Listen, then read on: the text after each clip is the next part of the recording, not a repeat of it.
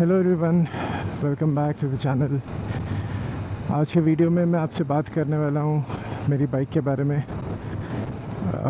BMW G310R जो मैंने ख़रीदी थी 2020 में, और तब से अब तक मैंने ऑलमोस्ट 12,000 किलोमीटर के ऊपर डिस्टेंस कवर कर लिया है, जिसमें कुछ किलोमीटर सिटी ट्रैफिक में है, कुछ किलोमीटर्स शॉर्ट वीकेंड राइड्स में हैं और कुछ किलोमीटर लॉन्ग राइड्स में भी हैं।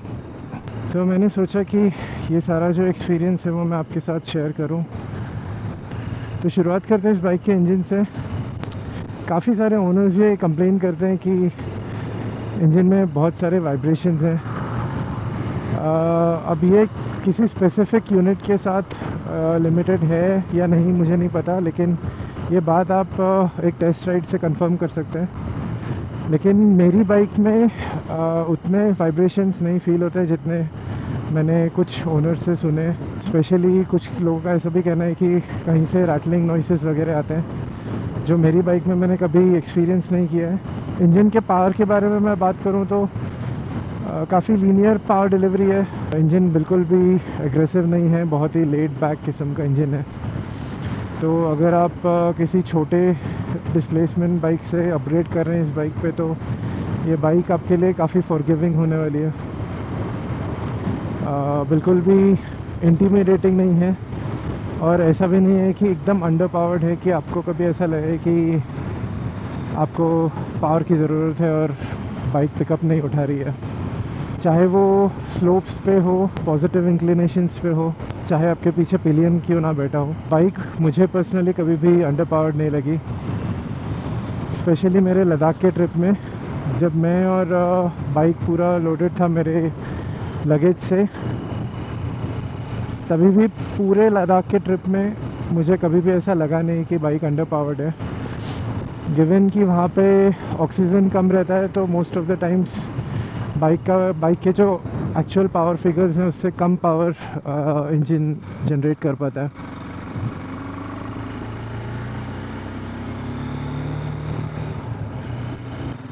तो अगर आपका राइडिंग स्टाइल मेरी तरह है, अगर आप बहुत ज़्यादा फास्ट नहीं चलाते हैं और एग्रेसिवली नहीं चलाते हैं, तो बाइक का पावर आपके लिए सफिशिएंट रहेगा हमेशा। अगर आप एग्रेसिव राइडर हैं, आपको बहुत ज़्यादा स्पीड्स पसंद है, तो मार्केट में आपके लिए और भी बेटर ऑप्शंस अवेलेबल हैं। लेकिन हाँ, मैं जनरली टूर जब करता हूँ या राइड करता हूँ हाईवेज़ पे, तो मेरी स्पीड अराउंड 90 to 100 होती है, depending on the speed limit. और उस स्पीड पे अगर मुझे किसी बड़े व्हीकल को भी ओवरटेक करना है, तो मुझे कभी पावर कम नहीं लगा। टॉप स्पीड जो है वो अराउंड 155 के आसपास है। तो आप 100 पे भी चला रहे हैं तो आपको ओवरटेक करने में कोई प्रॉब्लम नहीं आना चाहिए। एक और बात मैं ऐड करना चाहूँगा, चाहे मैं कितने भी ट्रैफिक में गाड़ी चला रहा हूँ, बम्पर टू बम्पर ट्रैफिक क्यों ना हो, कभी भी मैंने इंजन को ओवरहीट होते हुए नोटिस नहीं किया। जब भी इंजन अराउंड 100 डिग्रीज़ के पास पहुँचता है तो रेडिएटर फ़ैन ऑन हो जाते हैं और विदिन सेकेंड्स इंजन वापस से नॉर्मल ऑपरेटिंग टेम्परेचर्स पे आ जाता है। तो वो एक और मेरे को पॉजिटिव बात लगी इंजन के बारे में। तो ये सब हो गया इंजन के बारे में। अगली जो बात मुझे सबसे ज़्यादा पसंद है इस बाइक के बारे में, वो है इसका सस्पेंशन। पीछे का सस्पेंशन थोड़ा सा सॉफ्टवेयर साइड पे है, लेकिन जो फ्रंट सस्पेंशन है वो इतने अच्छे से ट्यून किया गया है कि आपके नॉर्मल जो रोड पे अंडुलेशंस रहते हैं या छोटे मोटे पॉट होल्स रहते हैं, वो तो आपको फील ही नहीं होंगे। लेकिन लद्दाख में मैंने कुछ रोड्स ऐसे भी कवर किए हैं जहाँ पे रोड ही नहीं था, और मैं लिटरली पत्थरों पे बाइक चला रहा था। लेकिन सस्पेंशन ने बहुत ही अच्छे से परफॉर्म किया है पूरे ले के ट्रिप में। तो आप अंदाज़ा लगा सकते हैं कि हाईवेज़ पे या नॉर्मल सिटी रोड्स पे आपको कोई भी दिक्कत नहीं होने वाला है। अभी सस्पेंशन इतना भी सॉफ्ट नहीं है कि कॉर्नर्स पे बाइक इधर उधर बाउंस करे। कॉर्नर्स में बहुत ही अच्छे से प्लांटेड रहता है bike. It's very fun to ride on the corners too. तो कॉर्नर्स पे प्लांटेड रहता है और अंडुलेशंस और शॉक्स को बहुत ही अच्छे से ऑब्जर्व करता है। दूसरी जो बात मुझे बहुत ही पसंद आई है इस बाइक के बारे में, वो है इसका ओवरऑल लाइटिंग सिस्टम। सारे लाइट्स, टेल लाइट, हेडलाइट और इंडिकेटर्स सभी के सभी एलईडी हैं। लेकिन स्पेशली मैं मेंशन जो करना चाहता हूँ अभी वो है इसका हेडलाइट। आगे एक डीआरएल है जो ऑलरेडी बहुत ब्राइट है, लेकिन इसका जो लोअर बीम है वो भी इतना ब्राइट है कि मुझे कभी ऐसा लगा नहीं कि मुझे हायर बीम पे स्विच करने की ज़रूरत है। पूरे ट्रिप में मुझे कभी ऐसा लगा नहीं कि मुझे ऑक्स लाइट की ज़रूरत है। तो मुझे स्पेशली इसका stock light more than enough लगा, even you know for touring. तो आगे बढ़ते हुए बात करते हैं बाइक के बिल्ड क्वालिटी की। कुछ ओनर्स का एक्सपीरियंस थोड़ा अलग है, लेकिन मुझे कभी भी बाइक में कोई भी रैटल्स सुनाई नहीं दिए, कहीं से ऐसे अनकंफर्टेबल वाइब्रेशंस महसूस नहीं हुए। तो उस हिसाब से मैं कहूँगा कि बिल्ड क्वालिटी बाइक का बहुत ही अच्छा है। अगर आप इन पर्सन जाके देखते हैं तो आपको पता चलेगा कि बाइक का जो पेंट फिनिश है, चाहे वो प्लास्टिक पैनल्स पे हो या यू नो रिम्स पे हो या बाइक की फ्रेम पे हो, बहुत ही अच्छे क्वालिटी का है और वो देख के पता चलता है। एक और पॉजिटिव बात जो मैं आपके साथ शेयर करना चाहता हूँ इस बाइक के बारे में, वो है इस बाइक का ब्रेकिंग। तो जो ब्रेक कैलिपर्स आते हैं इस बाइक में वो है बाइब्रे के, और स्टील ब्रेडेड लाइंस हैं, और जो ब्रेक पैड्स हैं वो ब्रेम्बो के आते हैं। जो ओवरऑल परफॉर्मेंस है वो बहुत ही सही है ब्रेक्स का। पीछे के जो ब्रेक्स हैं वो ओके हैं, लेकिन आगे के जो ब्रेक्स हैं जो हम जनरली ज़्यादा यूज़ करते हैं वो बहुत ही सॉलिड है। तो किसी भी स्पीड पे मैं अगर बाइक चला रहा हूँ तो मुझे हमेशा कॉन्फिडेंस रहता है कि जब मुझे चाहिए और जिस रेट से मुझे चाहिए बाइक रुक जाएगा या स्लो हो जाएगा। तो वो मुझे बहुत सही बात लगी इस बाइक के बारे में। लेकिन इसका एक डिसएडवांटेज भी है जो हम बाद में बात करेंगे जब मैं आपको सारे नेगेटिव्स बताऊंगा इस बाइक के बारे में। So next thing I want to share is about the rider's comfort. जो आपका ट्रायंगल है हैंडल बार, सीट और फुटपैक का, उसके बारे में बात करते हैं। तो फर्स्ट ऑफ ऑल शुरू करते हैं फुटपैक से। फुटपैक्स रेयर सेट नहीं है लाइक ए स्पोर्ट्स बाइक, और ना क्रूज़र की तरह आगे हैं। ये कहीं ना कहीं आपके बट के बराबर नीचे आएंगे। और मैं 6.1 हूँ मेरी हाइट, तो उस हिसाब से मैं बिल्कुल भी क्रैम्प्ड नहीं हूँ। मेरे नीज़ आराम से टैंक को हग कर पाते हैं और मेरे नीज़ ज़्यादा फोल्डेड नहीं रहते हैं। सीट इस बाइक का one of the plus point है। बहुत ही अच्छे से कुशन सीट्स हैं और इतने कंफर्टेबल हैं कि आप आराम से लॉन्ग डिस्टेंस बिना रुके इस पर कवर कर पाएँ। मेरे बैक इश्यूज़ की वजह से मुझे बार बार बीच में रुकना पड़ रहा था मेरे राइड में। अगर बैक प्रॉब्लम नहीं रहता तो आई थिंक मैं मेरे राइड में काफ़ी देर तक बिना रुके नॉन स्टॉप राइड कर पाता। हैंडल बार्स एग्रेसिव नहीं है बिल्कुल भी, जो आप एक टिपिकल नेकेड में एक्सपीरियंस करेंगे वैसे ही हैंडल बार्स हैं। ये है मेरा अपराइट पोजीशन, थोड़ा सा मुझे आगे लीन होके बैठना पड़ता है, बट दिस इज़ फाइन। अगर इसमें मैं कोई मॉडिफिकेशन कराऊँ तो मैं इसमें एक हैंडल राइज़र डालूँगा to make it more upright. And one more thing I add is आगे एक विंडशील्ड, सो दैट थोड़ा सा विंड ब्लास्ट कम हो।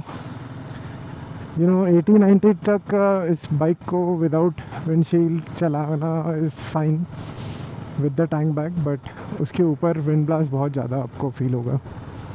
काफ़ी देर से मैं जगह ढूंढ रहा हूँ जहाँ पर रुक के मैं आपसे इस बाइक के डिज़ाइन के बारे में बात कर सकूँ आराम से। तो let's find a quite place. So after searching a lot मेरे को सिर्फ यही एक जगह मिली जहाँ पर मैं आराम से खड़े होकर आपसे बात कर पाऊँ बाइक के बारे में और ज़्यादा लोग इंटरफेयर ना करें। तो एनीवेज़ डिज़ाइन की अगर मैं बात करता हूँ इस बाइक के बारे में, तो कहीं भी आपको ऐसा नहीं लगेगा कि पूरे डिज़ाइन में कोई चीज़ आउट ऑफ द प्लेस है एक्सेप्ट दैट मफलर। अगर आप साइड प्रोफाइल देखें या फ्रंट से देखें, बाइक अपने क्लास में सबसे ज़्यादा वाइड दिखती है, special because of the small fairing over there. आगे से if you look upside down forks जो गोल्ड एनोडाइज्ड है, they go really well with the design. The only thing I feel is going out of place somewhere is पीछे का design और आगे का design थोड़ा सा आउट ऑफ प्रोपोर्शन है। अगर आप पीछे से बाइक को देखते हैं तो थोड़ी सी छोटी नज़र आती है compare to the front which is a lot bulkier than the rear. तो यह छोटी मोटी चीज़ें जो मैं अभी मेंशन करना चाहूँगा। This also comes with the adjustable brake lever and clutch. Also the clutch is a slipper clutch, तो वो बहुत ही लाइट है टू पुल। तो अगर आप इसका साइड प्रोफाइल से अगर देख रहे हैं तो you know all the plastic bits और जो नेकेड एक्सेंट्स हैं बाइक के, वो बहुत ही ज़्यादा अच्छे से इंटीग्रेटेड है।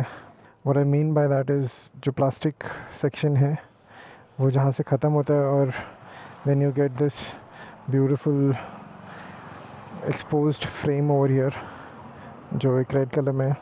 नाउ दिस कलर स्कीम सिर्फ स्टाइल वेरिएंट में अवेलेबल थी, जो आई थिंक रेगुलर बाइक से 10,000 रुपीज़ एक्स्ट्रा आपको भरने पड़ते थे फॉर दिस कलर स्पेशली।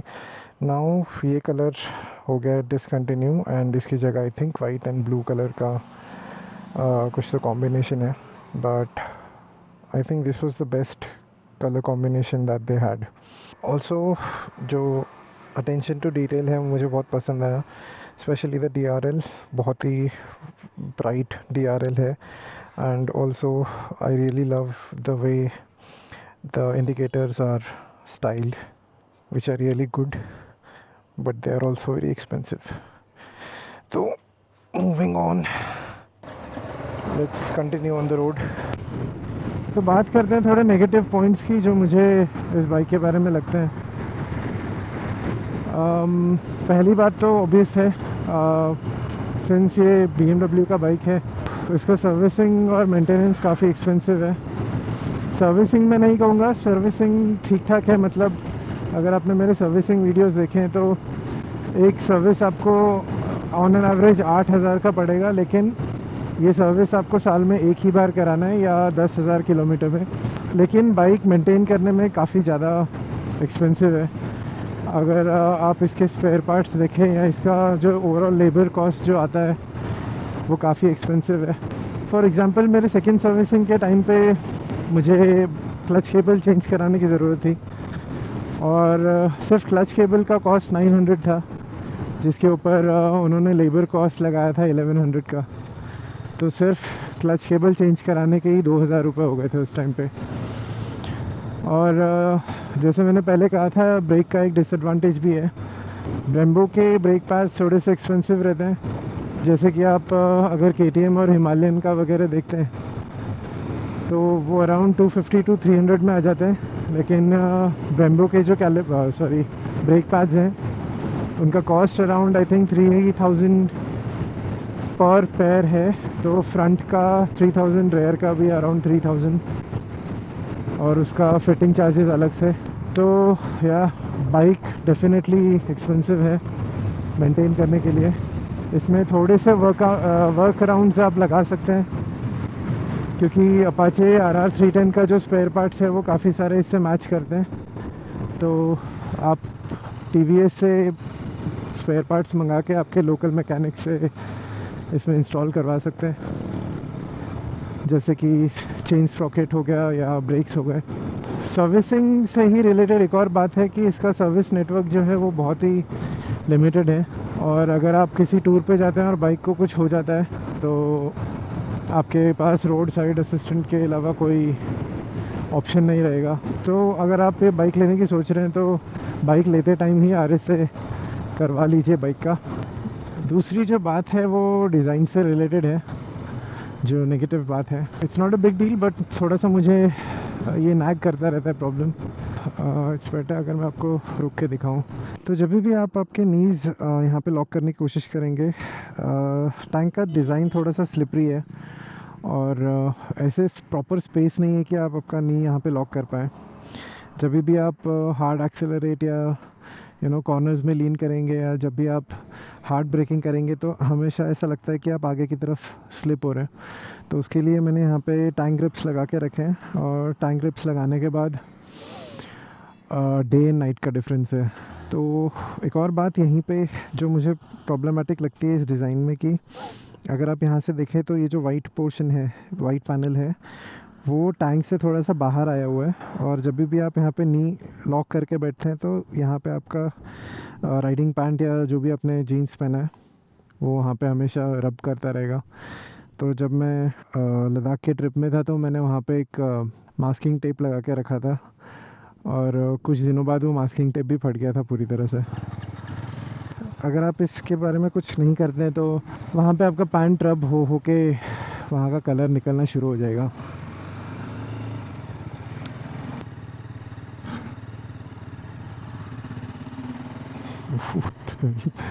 एक और नेगेटिव बात जो मैं मेंशन करना चाहूँगा इस बाइक के बारे में, वो है इसका गियर बॉक्स। जब बाइक नई थी तब तो बहुत ही ख़राब कंडीशन थी, मेरा थंब कभी कभी दर्द होना शुरू हो जाता था, इतना ज़्यादा वो रफ़ था। बट जैसे जैसे मैं बाइक यूज़ कर रहा हूँ वैसे वैसे वो थोड़ा स्मूथ होता जा रहा है। इवन दो ये स्मूथ हो गया है अभी, लेकिन फिर भी थोड़ा सा अभी भी क्लंकी लगता है, इतना एफर्टलेस नहीं है जितना आप CB300 में देखेंगे। तो टू समराइज़ दिस वीडियो, अगर आप ये बाइक कंसिडर कर रहे हैं तो पॉजिटिव्स आप ये दिमाग में रख सकते हैं कि a very good suspension setup, एक बहुत ही अच्छा braking setup, linear power delivery, ample power, very comfortable seat, और one more thing to mention is the seat height, which is the lowest in the segment. तो आपकी अगर height कम है तो this will be very comfortable. These are the pros और negatives. Obviously it is very expensive to maintain, spare parts का थोड़ा लोचा होगा। तो अगर आपकी तैयारी है मेंटेनेंस की तो you can definitely go for the bike. It's very good. है गैरी, आई होप मैंने सारे पॉइंट्स इसमें कवर कर लिए हैं। अगर मैंने कुछ मिस आउट कर दिया तो please let me know in the comment section. You can also suggest me some things to make my videos better. I know there are problems with the audio, और मैं कोशिश कर रहा हूँ कि ऑडियो बेटर हो। इनफैक्ट ये मेरा 3rd अटैम्प्ट है ये सेम वीडियो बनाने का। तो या that's it for this video guys, I will see you in the next one. Bye bye.